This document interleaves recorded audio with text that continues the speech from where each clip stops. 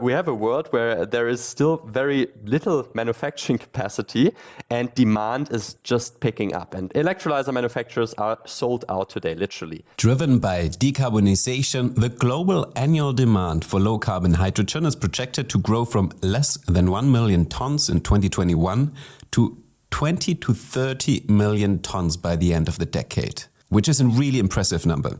So now, of course, a prerequisite to passing this milestone, however, is the selection of the most suitable electrolyzer technology, which is predominantly based on economic drivers, namely levelized cost of hydrogen.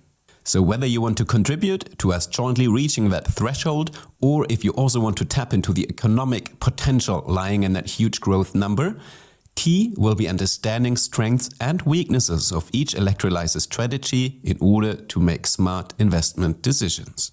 Which of course bears the question, what does it take to successfully implement hydrogen projects? What challenges and developments can currently be observed in the electrolyzer sector? We'll find out in this episode. Welcome to the Smartery podcast, a podcast for and with the creators of the new energy world. A world in which energy will be renewable, decentralized and digital, bringing together electricity, heat and mobility. Let us show you how we will get there and who will get us there.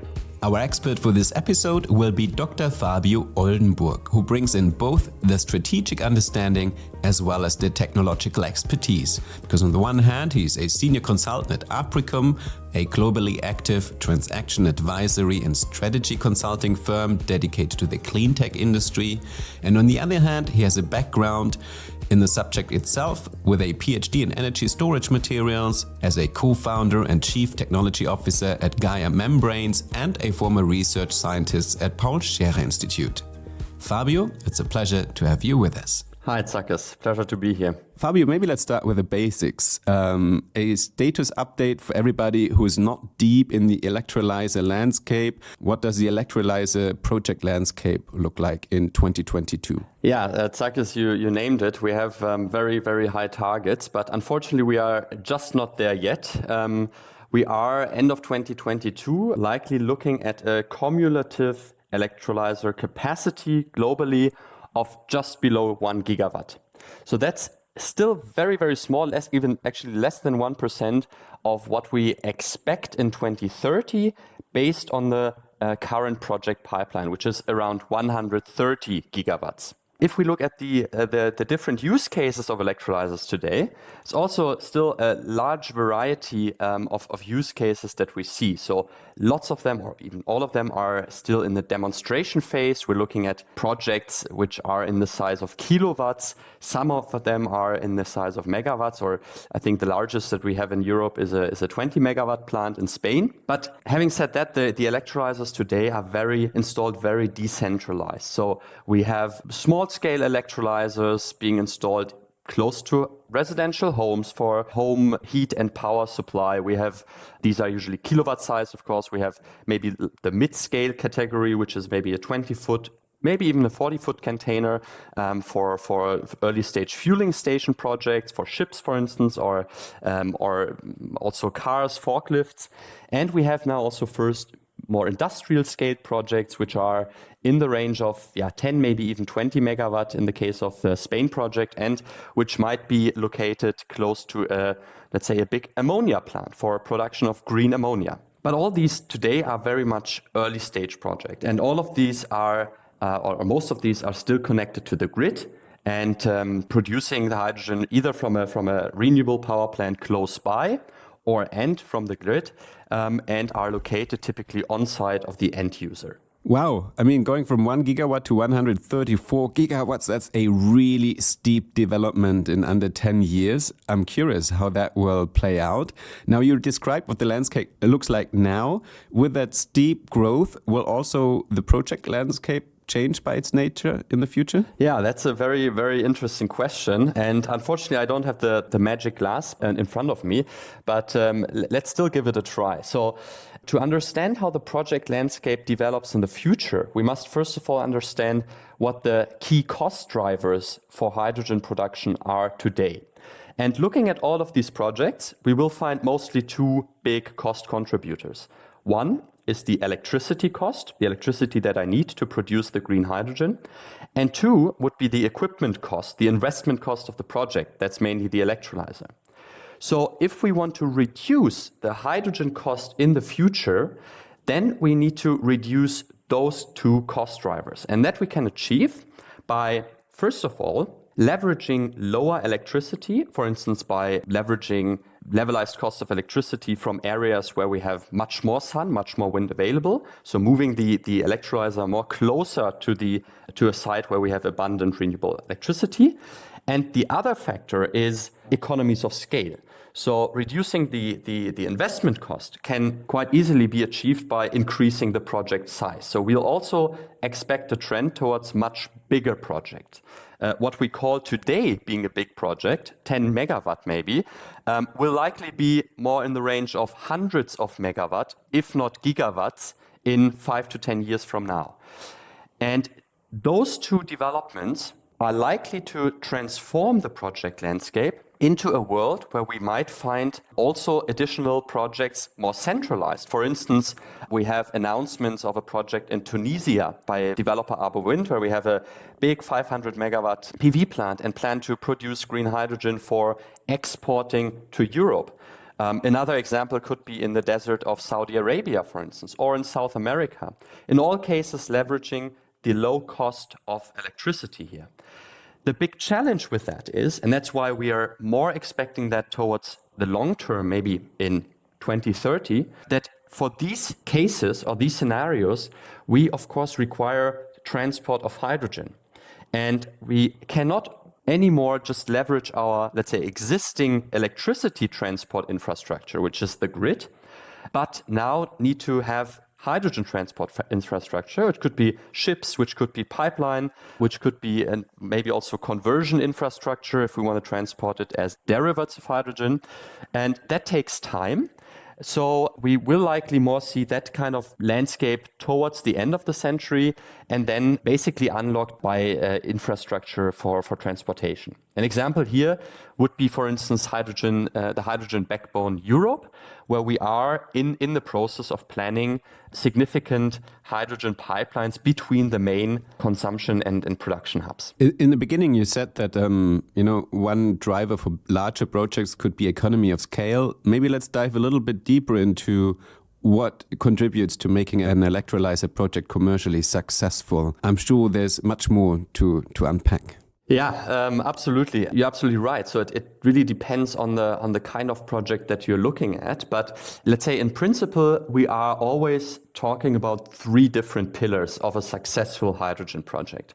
One would be access to low-cost electricity. So electricity can be really the top driver of your hydrogen cost.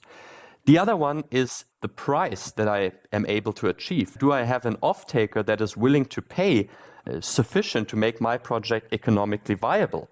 Now, today that often requires subsidies, right? Because so we are really also depending on the local regulatory frameworks. Then the third factor is, and that especially applies to projects where we might have off-taker and producer geographically distanced from each other, we need to have an option for low-cost transport. So these three pillars, electricity, price, and transport, unfortunately are very, very challenging to get all at the same time. So looking at different projects today, we usually either find two of these three, but very rarely actually three. So examples I've already named. If you think about the project in Saudi Arabia, we have maybe low-cost electricity. For export to Europe, we have maybe a very good offtake potential in a European industry hub.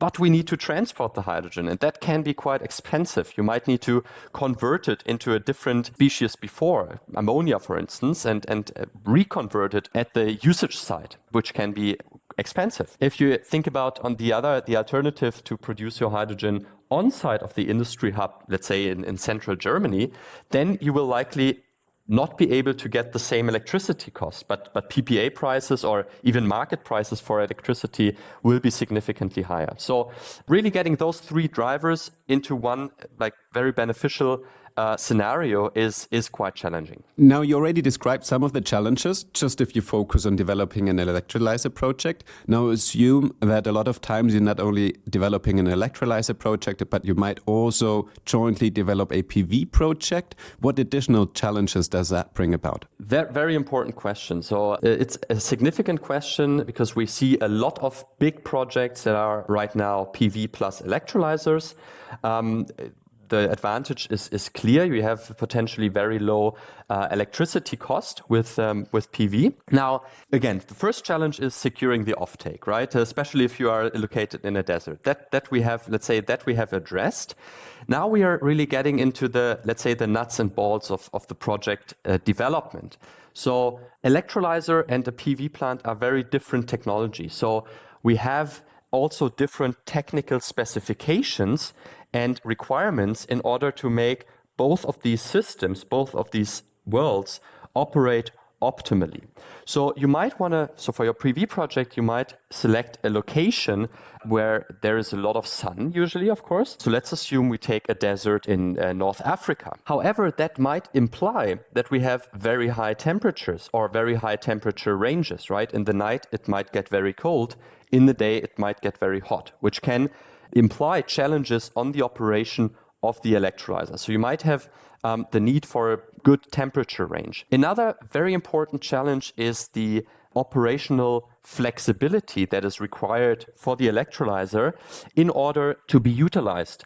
Unfortunately, the sun isn't shining during the night, right? So you have a natural variability in your PV asset. I think the capacity factor of PV is rather low, below 30%. You might have some additional shadowing during the day. So you need electrolyzer that can operate quite flexibly, or you need additional infrastructure that can buffer the electricity in between the load variability. That could be a battery, for instance. That could be additional wind capacity. All that will help you to increase the utilization of your electrolyzer and bring down ultimately the cost of hydrogen. But it remains really an optimization game. So there is two, let's say, levels of challenge. The first one is defining your scope of the project. What do you need? Do you need a battery? Do you need maybe a desalination unit because you only have access to salt water from the sea and no local freshwater sources? And two is the sizing of these equipments. How much water do I need? How much hydrogen do I want to produce?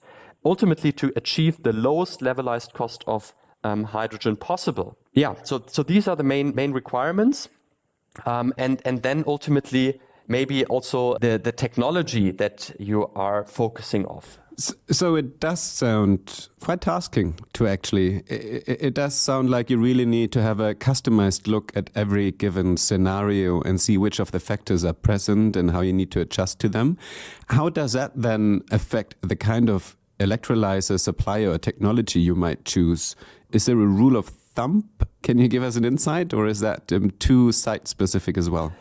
Yeah, so you're absolutely right. That's a very site-specific question. However, there are maybe some. Let's think about. Maybe there are. I think there are some. Let's say guidelines we can also recommend to the electrolyzer manufacturers out there that might want to focus on these very promising projects in the future.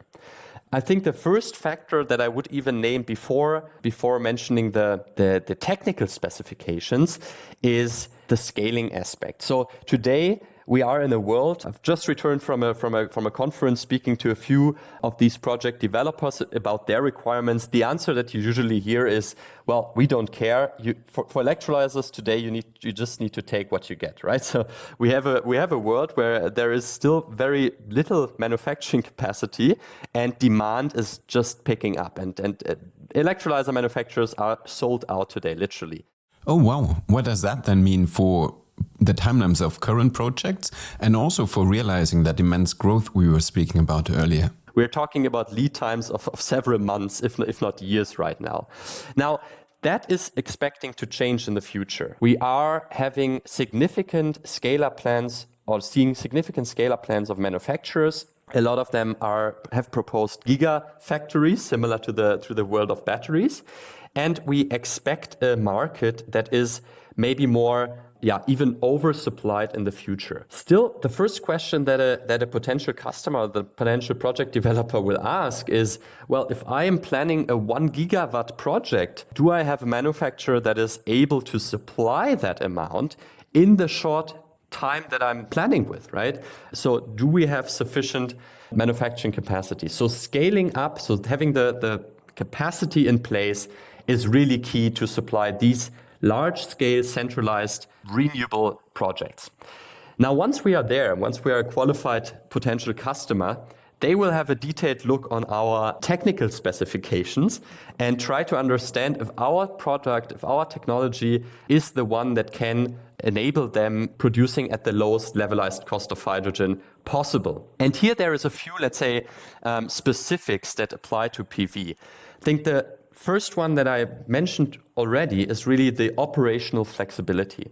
And on the electrolyzer side, that has two sides. One is the load range, the allowed load range. That's the question, if the sun, for instance, is shaded and the load of the PV plant is falling, am I still able to operate my electrolyzer safely? There are very important differences between alkaline electrolyzers, for instance, or let's say the average traditional alkaline electrolyzer and a modern PEM electrolyzer. The alkaline has typically a limited load range compared to PEM, whereas with a lot of PEM systems, we are able to operate, let's say, between 5 and 100, maybe even 105% of the nominal capacity. The other side of that equation is start-stop times. How long does it take if the sun was really shaded, or if let's say the night has ended, the sun is picking up, until my electrolyzer is active again and can start producing? Do you have an example? Like, are we talking about seconds, a minute, several minutes? These start times, so-called cold start times, could be even hours in the case of some traditional, let's say, or more older alkaline electrolyzers, and they can be in the range of minutes or even seconds for some, let's say, very advanced PEM systems. Now, these differences, they mean different utilization at the end of the day, and that means a different value, a different cost. We did an estimation to give you some numbers for, let's say, an average 10 megawatt system. If you achieve a 10% utilization benefit with your specific technology, that could enable an investment cost increase of 15 to 20%. So you are able to ask 15 to 20% of percentage points higher price for that value benefit. Wow. Now, let me summarize so far. It's when we started out, more or less, in the beginning, you said there's three important pillars. It's the availability of low-cost electricity. There needs to be ideally a low-cost means of distribution. And, of course, there needs to be enough demand for the hydrogen generated. But if I listen to you, it really does sound like a completely different ball game than just being in the PV industry, for example. I mean, we're here at the Smarter-E, so of course it's about sector coupling, it's about the whole energy transition. We talk a lot about PV, but if I compare it, PV seems to be fairly easy in the rollout if I compare it just to an electrolyzer project. Because as you mentioned, there's so many various use cases. And then if on top of that, I pair it with PV, which of course is an ideal scenario, it does become a very complex undertaking that does take a lot of detailed look into what's the specific situation on the ground with the factors for the electrolyzers, then in combination with PV, whom do I choose in order to supply me with the equipment? So it really isn't something where you can just bulk order in Asia, ship it to Europe, and open the shipping container, put it there, and then let it run. But maybe that brings me to the last bonus question then there. How big at the moment is still the opportunity for Europe to get a big piece of that cake, of the whole value chain? Yeah, Sarkis, you're absolutely right. It's a different world in that sense, as we are just having a gas and not electrons anymore. And that brings a lot of different challenges. Yeah, so the question on the role of Europe and the ability to capture significant parts of the value chain is of course a very important one. We are asked a lot of times, and I think it's still quite early to give a certain answer to that. I think there is certainly a risk for development that is similar to the one that we saw with PV, that more and more of the value chain is moving away from Europe, for instance, into China. China has certainly picked up in terms of projects and in terms of manufacturing capacity significantly already over the last years. And the technological advantage of European systems also becomes smaller and smaller. I think that answering that question ultimately depends on also a bit on what we, let's say, how we frame that market in the future, also from a regulatory point of view. If we are currently looking at developments like the IRA, Inflation Reduction Act in America, then we see some regulations or some frameworks that could oppose or that could stop that trend, and that could help to, let's say, localize the supply chains for hydrogen more in certain geographies. Also in Europe, if we have a similar development in the future here as well. But I think it will require certain regulatory support to capture supply chains here. Still, the players are, of course, aware and I think more and more look for local suppliers, for instance, also because they are aware of the risks of having very, very decentralized supply chains. But it won't be possible without political will and political support. To sum it up, what's the great news about it is that the ramp up of hydrogen and electrolyzers, etc., is happening all around the world in the significant regions, America, Europe, and Asia or China. But also it seems to be important in regards to recent global developments that as a region, you really make sure that A, you tap into the value potential of the whole value chain, or into the economical potential of the whole value chain, and that B, you also try to not get into the next geopolitical dependency. So I guess it's both beneficial for that reason to really make sure that you have a localized means of production in that regard. Thanks a lot, Fabio, for joining me today. That's really been a deep dive. I think there's no questions left to be answered. And that really was a great insight, both from a strategic as well as a technological point of view. Thanks a lot. Thanks, Takis. Thank you.